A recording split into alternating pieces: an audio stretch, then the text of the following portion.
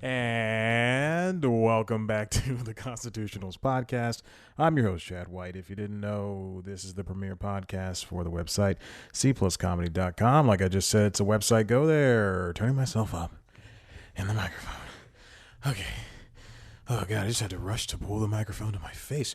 Welcome back to episode 192. Welcome to episode 192 of this show. We're here. We got a microphone. Get used to it. I couldn't think of a word that rhymed with "we're here," or a phrase or a statement. How dare I? Sorry, I'm just adjusting some things. Okay, here we are. I knew this episode was going to happen. Did not have, truth be told, not have a lot of stories to choose through this week. A lot of stories happened this week, but nothing of import and nothing I wanted to really talk about. I did have I was running out of things to find, and I found a story on the Wrap about Tucker Carlson and how he's losing what's it called? Not subscribers, advertisers. And I found that story, and I thought, I mean, can I do something like this and enjoy it? And the answer to myself was automatically no. I just pushed the story from Pushbullet, using Pushbullet, pushing it from Chrome on my phone to Chrome on the laptop. But I found some things. I found some good stories, I think. And I found two things I want to talk about. And then the third thing, which is the first thing I didn't want to talk about, but that's what happens in this world. Coming from me on a nice rainy day in Atlanta, Georgia. It rained for approximately 20 minutes, around 10, and then stopped raining, and it was great. How come I cannot hear myself very well? Okay, this sounds better. All right, let's get to it. Let's get to the first story. All right, this first one comes. It's a multi thing. Lots of issues with this story. The first part comes from the Wrap. Gina Carano dropped from the Mandalorian after abhorrent social media posts written by Umberto Gonzalez. So, listen, I had no idea. Let me tell you how I came across Gina Carano. I was watching on Disney Plus. Obviously, I have an issue with Disney in that they own everything in the world and they keep firing people. Something like 30,000 jobs in the last couple of years. Anyway, but they own The Simpsons, and so obviously the only way for me to watch The Simpsons is to is to subscribe to Disney Plus. But also, they air it on FX and Freeform all the time. So now I have every single episode on my YouTube TV DVR, but that's fleeting, and there's commercials, and I don't want to deal with that stuff. So anyway. I'm looking for shows to watch on this stupid streaming service that I never use. And I see this Ned's, oh God, I keep calling it Ned's Declassified, but that's wrong. Earth to Ned. It's a talk show from the Jim Henson Company. I love the Muppets. I love Jim Henson Company. And except for Happy Time Murders, which is a horrible movie. And I love everything. So that's a very striking comment. And it's this giant alien puppet that came to Earth, and he was tasked with destroying it, and now he loves it. He wants to be a talk show host, and all these famous people know who he is. And it's a funny show, great show. I really enjoy it. But Gina was one of the getting back to the crux of the story, was one of the people that he interviewed, and naturally as a young man who's attracted to beautiful women, I started talking to third person. I saw her and I go, wow, she's gorgeous. Who is this woman? Look her up. She's on the Mandalorian, show I've never seen, but suddenly I was interested in seeing. But then you dig further into it, and you see that she is posting a lot of close to alt-righty stuff. And now this is all kind of blowing back against her. and she's been fired from the Mandalorian. Lucasfilm says we are no more. We're not gonna deal with this woman anymore. Now, she came under fire on Wednesday as the hashtag fire Gina Carano trended over Instagram post comparing Republican being Republican today to being a Jewish in Nazi Germany. And I'm going to shorten this because I don't like what she wrote, and quite frankly, you shouldn't either. But she just said that how the Nazi soldiers could easily round up thousands of Jews, and the government first made their own neighbors hate them simply for being Jews. How is that different, from hating someone with their political views? And this is not the first time she's done this. She's tweeted some stuff, particularly in 2020, which she supported conspiracy theories and a lot of things. And 9 days after Biden won, she invited all of her followers to join her on Parler, which is now a defunct conservative-driven website. Although they would probably say it's a First Amendment website.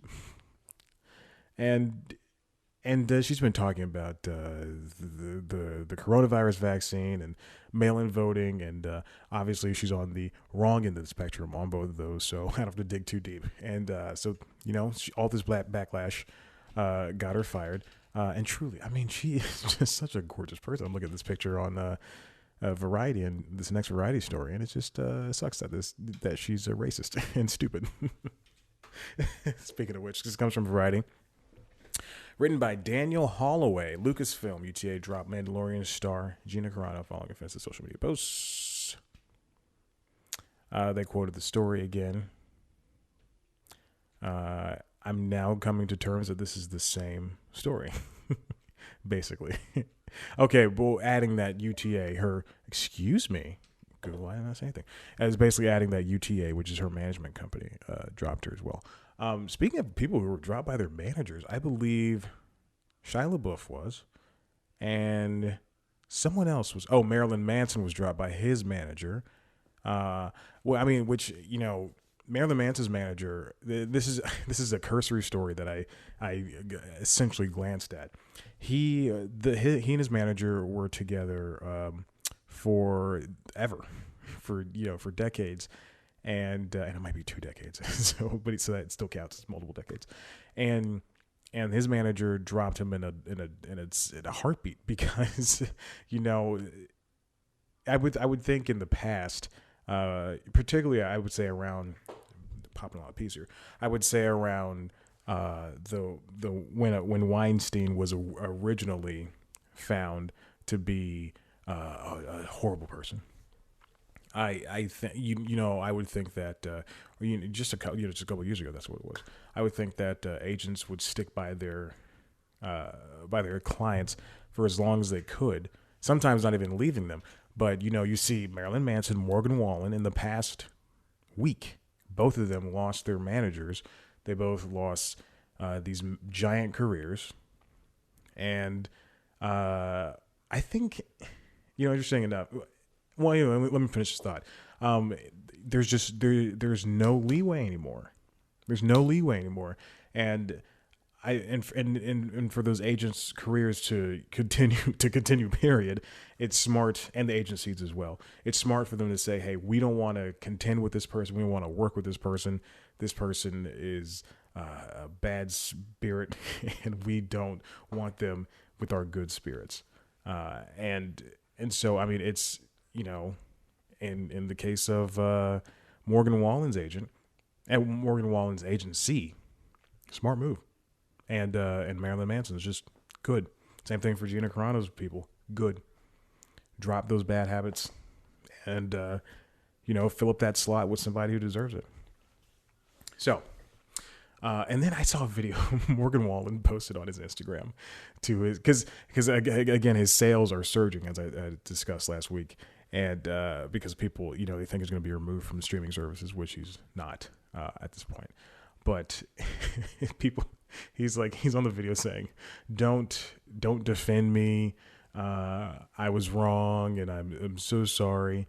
I mean, it's just It's ridiculous. It's a little late for you to come out and say, "Hey, man, I'm so sorry. Please don't defend me." Like you're already making money off the back end of this, but whatever. Anyway, that is to say, don't be stupid. Don't be racist. The end. That's the easiest thing.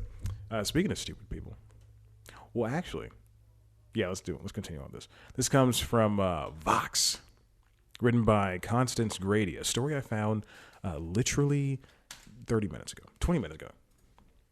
How Joss Whedon's feminist legacy unraveled. So Joss Whedon has been known as this pro-female avant-garde director ever since he started with Buffy and Angel and Felicity and what is that show? Firefly. And everything he's done has been like this pro-feminist, white female, pro-feminist, hilt. And I don't know if that's the right term, but a couple of months ago, I would say about a year ago,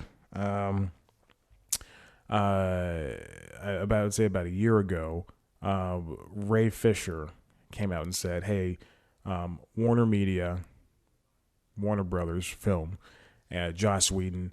Joss Whedon was a horrible person during the reshoots of Justice League, or during the shooting of Justice League. As you may know, Zack Snyder had to leave the shooting of Justice League for a personal matter, which people seem to forget, and they keep trashing him. And I know this story, and I've read this story so many times, and it's so sad why he left. Go look it up on your own, but Jesus, and people were just coming after him left and right still on the internet. This is why I don't read stuff on the internet. So anyway, it's very warm in here. So Zach left. Joss was brought in after his work with Age of Ultron, which we'll get to in a second. And and apparently he was an unpleasant person. Warner Brothers did their investigation. They said they found no wrongdoing. Ray Fisher says, "Hey, I'm not doing any more Warner Brothers movies ever again. I'm never going to work with Walter Hamada, the head of the Warner Brothers film unit." But then you hear like little things in the rumblings. Gal Gadot says Joss wasn't the best to work with, and other people are saying small things like that. So we thought that was the end of it. We thought DC had quote unquote won. But turn around this Wednesday, another breaking news on Wednesday. Carissa Carpenter, who worked on Buffy the Vampire Slayer, said that she was abused by Joss Whedon. She didn't go into detail, but she did say he, quote, abused his power when she worked with him. And then, so that's Carissa Carpenter. And then Sarah Michelle Gellar said she said she's proud to have been Buffy Summers and Joss, hold on, she didn't mention Joss. She's proud to be with her name associated with Buffy Summers, but she doesn't want her name to be associated with Joss Whedon. She stands with the survivors. I hope that means Ray Fisher as well. And then I believe one more woman who was pregnant when she was shooting stuff on Buffy.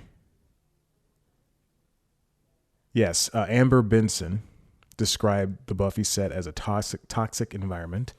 And then Michelle Trachtenberg, she was Buffy's little sister, and she said that it was not a good environment, which is interesting to see. And then this is from written by Vox. Let me talk about who wrote this. Constance Grady wrote this for Vox. She quoted something from Age of Ultron where Black Widow, who was played by was the woman who thinks she can play a transgender person. What's her name? Scarlett Johansson. Where Scarlett Johansson, Black Widow, said that she's broken because she can't have a child. And anyway, people are just saying like his disgusting, rhetoric, even as a quote unquote feminist, his disgusting rhetoric as a person and towards the female body and towards the female gender as a whole is not on par. Not good. So in 2017, Whedon's ex-wife accused him of emotional abuse. Again, this is something we have heard because this is a story that came out in 2017. And his ex-wife is the actress who I think is now married to... Oh, never mind. Kai Cole. This is someone else that I was thinking about. I was going to say Rick Fox, but I doubt that is true. So now we have Carpenter, Geller, Benson, Trachtenberg. But this article is not mentioning Ray Fisher, which is interesting. Okay, they mentioned Ray Fisher twice. Anyhoosers. All that is to say, we knew Joss Whedon was not a good person. And yet he was still getting jobs, still making things for HBO, which I think he was kicked off of that show. Not kicked off. I think he left the show that he was creating for HBO. And it's still going on. I don't know if his name's still on it. I think I saw his name on the trailer. And you know, just because they have this feminist rhetoric doesn't mean they're entirely, you know, the good person. I listened to a story this morning on the Daily from the New York Times, which we'll get to in the next segment, and I read a story also about a guy in the Bronx who is a foster home parent, a homeless profit. A homeless nonprofit purveyor. He owns a nonprofit that helps out homeless people, but he abused women in and out of that shelter, and he's using the money from the city to fill his for-profit stuff and to lease him a car, lease him a Mercedes, and do all these other things, and it just goes to show you, like, even the biggest saints. That are on the outs that look like saints on the outside they aren't saints. But anyway, listen, we gotta take a break. When we come back, because the camera already shut off. When we come back, we're gonna talk about the New York Times. We're gonna talk about just what in the world is Clubhouse. We're going now to break. Here we go, baby.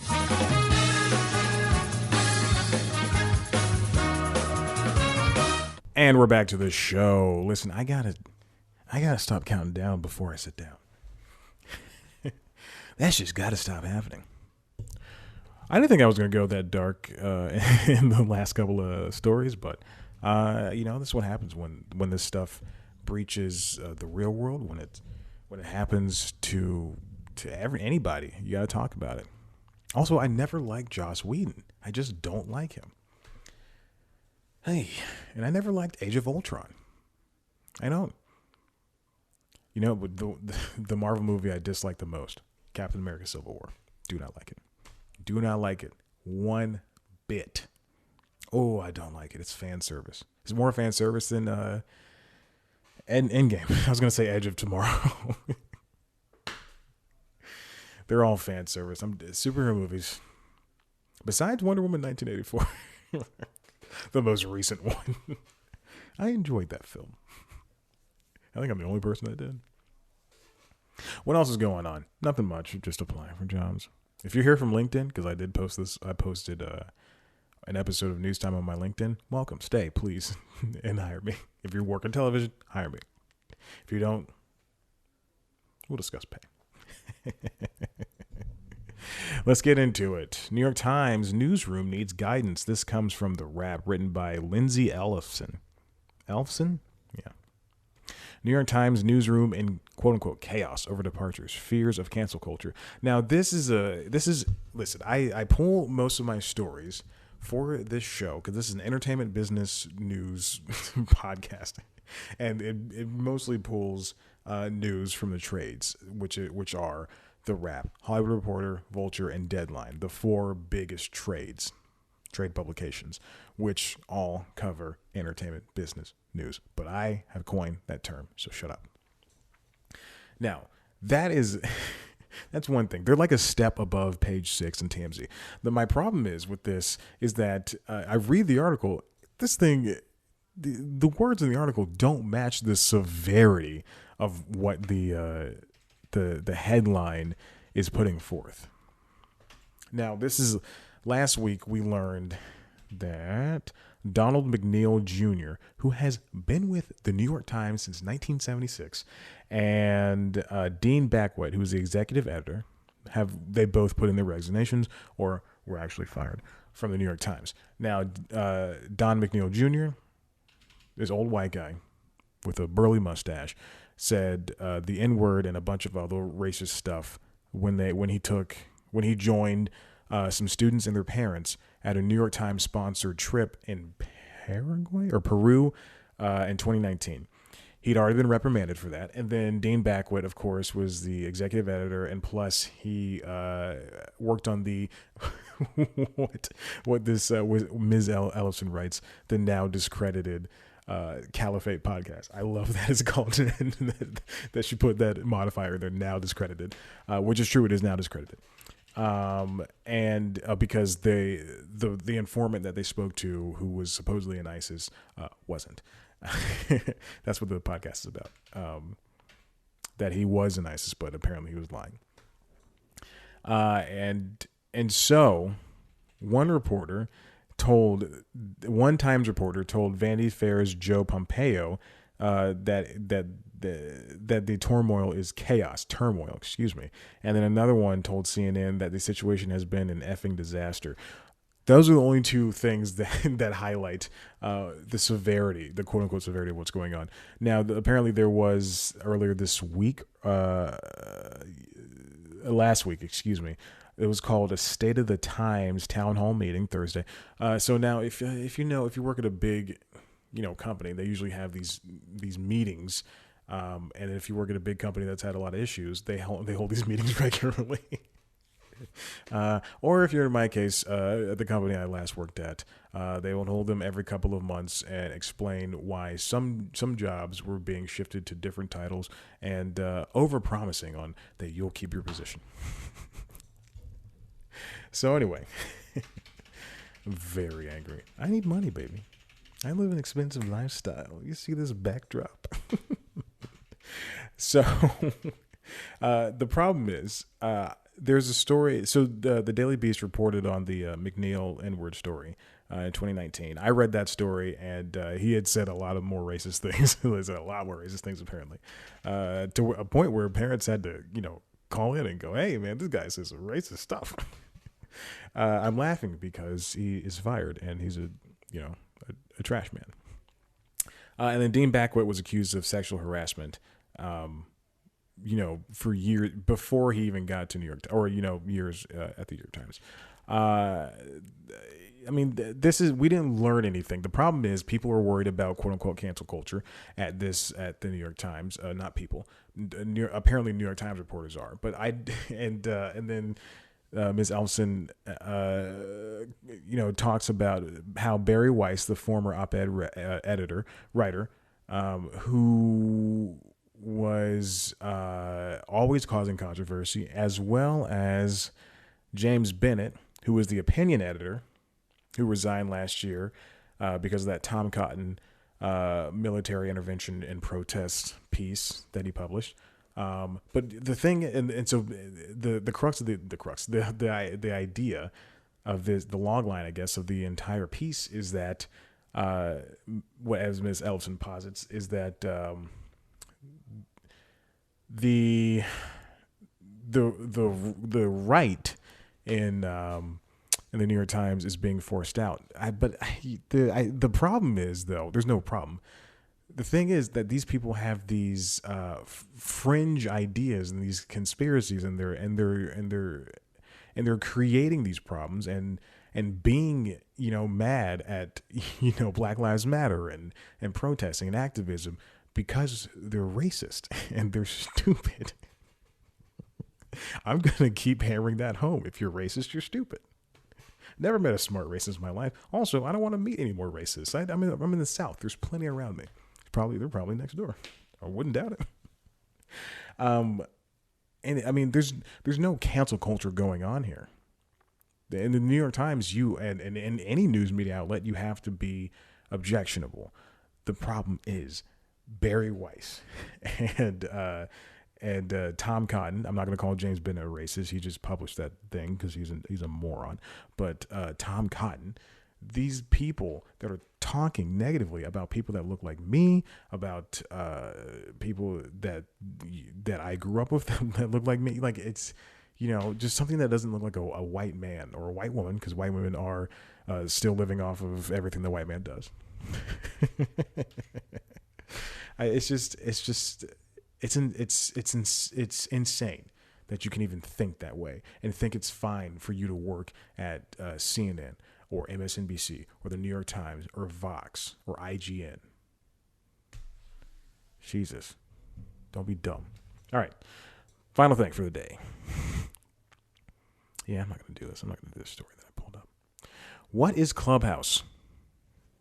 Clubhouse is a new social media platform that is a startup, and it's invite only for now. But what it is like kind of like a live broadcast audio. It's only audio driven platform where, you can just talk. And that's it. You talk and people listen. That's it. It's like a live radio broadcast. But this comes from Vox, written by Terry Nguyen. Clubhouse, the invite-only app, explained. So that's what it is. It's for people who like to talk. Now, Elon Musk joined the app, and it kind of just boosted its popularity. And apparently, people around the world love this thing. Across Europe and Asia, people are now seeking to download the app, and especially in America, which is only available on iOS store. Clubhouse has surpassed 3 million downloads with an estimated user base of more than 2 million. Again, you have to be invited. And plus, when you're a new user, you join, you only have 4 invites. So you have to find somebody. And people are buying invites, which is crazy. So Clubhouse is, you talk, boom, that's it. People listen and stuff, and up to 5,000 people can listen to you at a time. I truly don't know the appeal of it, but you better believe I tried to download it and join that thing. Now, as it's growing in popularity throughout the East and the not United States, as it's growing, Twitter and Facebook have been trying to create their own versions. Now, Twitter was testing a thing called Spaces. This comes from The Verge. Written by Mitchell Clark, Twitter is now testing its Clubhouse-like voice and chat rooms. Did I read that right? Did I just skip that? Clubhouse-like voice chat rooms. Excuse me. There's no N. Now, now Twitter calls it Spaces, and they announced it in November of 2020.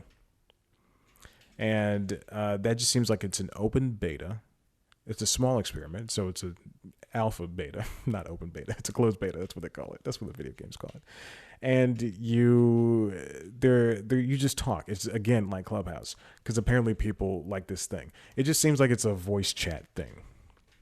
Similarly, Facebook is doing the same thing. New York Times, Facebook is said to be building a product to compete with Clubhouse, written by Mike Isaac. Let's see. Facebook's chief executive, Mark Zuckerberg, has been interested in audio communication forms, said the People Knowledge of the Matter, and he appeared in the Clubhouse app on Sunday to chat about augmented and virtual reality. Facebook has a history of breaking into new technologies, chasing different mediums that have attracted different users. That's how Instagram became a thing, WhatsApp. That's how they bought Instagram. That's how they bought WhatsApp. That's how they bought Oculus. Oh, okay. So here's the thing. So here's the description of Clubhouse, the shortest one I could find. After signing up for Clubhouse, users can create rooms dedicated to different topics. Instead of video or text, Clubhouse's preferred medium is voice chat. Room sizes vary from the intimate to thousands of people listening or participating. At times, it works like a hybrid of a CB radio and 1980s era party line. People just love talking to each other, and they love being heard. Now, I wonder. There's a space for this, because There's a space for, text-based things, which was the internet, prior to YouTube. And then YouTube came along, and now there's a space for video stuff. And then there's other spaces for video stuff, which is like Vimeo or, oh God, I can't name anything else. I don't know, Vimeo? Vimeo and YouTube are the only ones I know. And so whether you're Facebook or whether you're Twitter or any other social networking site, audio seems like the next sure thing. It's so interesting because you would think, Discord has voice chat and obviously you can just start a live stream on Twitch, or Twitch is another video site, on Twitch or YouTube. And that's how, people, you can still interact with people that way. But I wonder why this is blowing up. And the reason why I downloaded the app today is because I wanted to see, if this is the next TikTok, then, we got to get C+ comedy on there. Boy, what if I jumped on TikTok 2.5 years ago and I was producing just small bite-sized comedy content, as the kids say? Would I be succeeding? More so than I am today, which is not much. Which is not much at all. I do appreciate a new way of communication. I do appreciate a new kind of thing. I don't want to join it, personally. I don't really give a crap. But this is, and I just said that I want to do it for C+ comedy. But this is a very interesting way for people to grab onto things. This is, I saw another article that said that they don't want to do moderation, which is bad, because that's how you end up with spaces like Parler. And then I saw an article today that I read something that said Clubber, which is like Parler, which is a conservative social site. They're going to start banning QAnon content, which is wonderful. Great. You can be a conservative website without all the QAnon crap. So this is, I don't know. Moderation is always needed in these types of things. But I'm neither the smartest person in the world to talk about this, nor the most qualified. Listen, if you like what you heard here, head to the website, cpluscomedy.com, where you can see interviews with your favorite comedians. You can follow if you want to see a video version of the show, head to youtube.com/cpluscomedy, where you can see me sitting in this corner all day. On youtube.com/cpluscomedy, you can see a premiere show, News Time, which is a weekly entertainment business news show, news magazine style, like The Daily Show, except way less funny. And it's great. This week's episode is about black coaches. I'm doing the whole Black History Month thing. This week's episode is about black coaches in the NFL. Came out 3 days after the Super Bowl. 2 days. It was Wednesday. It was Wednesday. So anyway, it's still good. It's still a good episode, even though it was cobbled together at the last minute. Instagram, Twitter, @CPlusComedy, @ChatBlackWhite, Facebook, like us, rate, review, subscribe to this show anywhere you get podcasts. Thank you for listening. I appreciate you, and good night.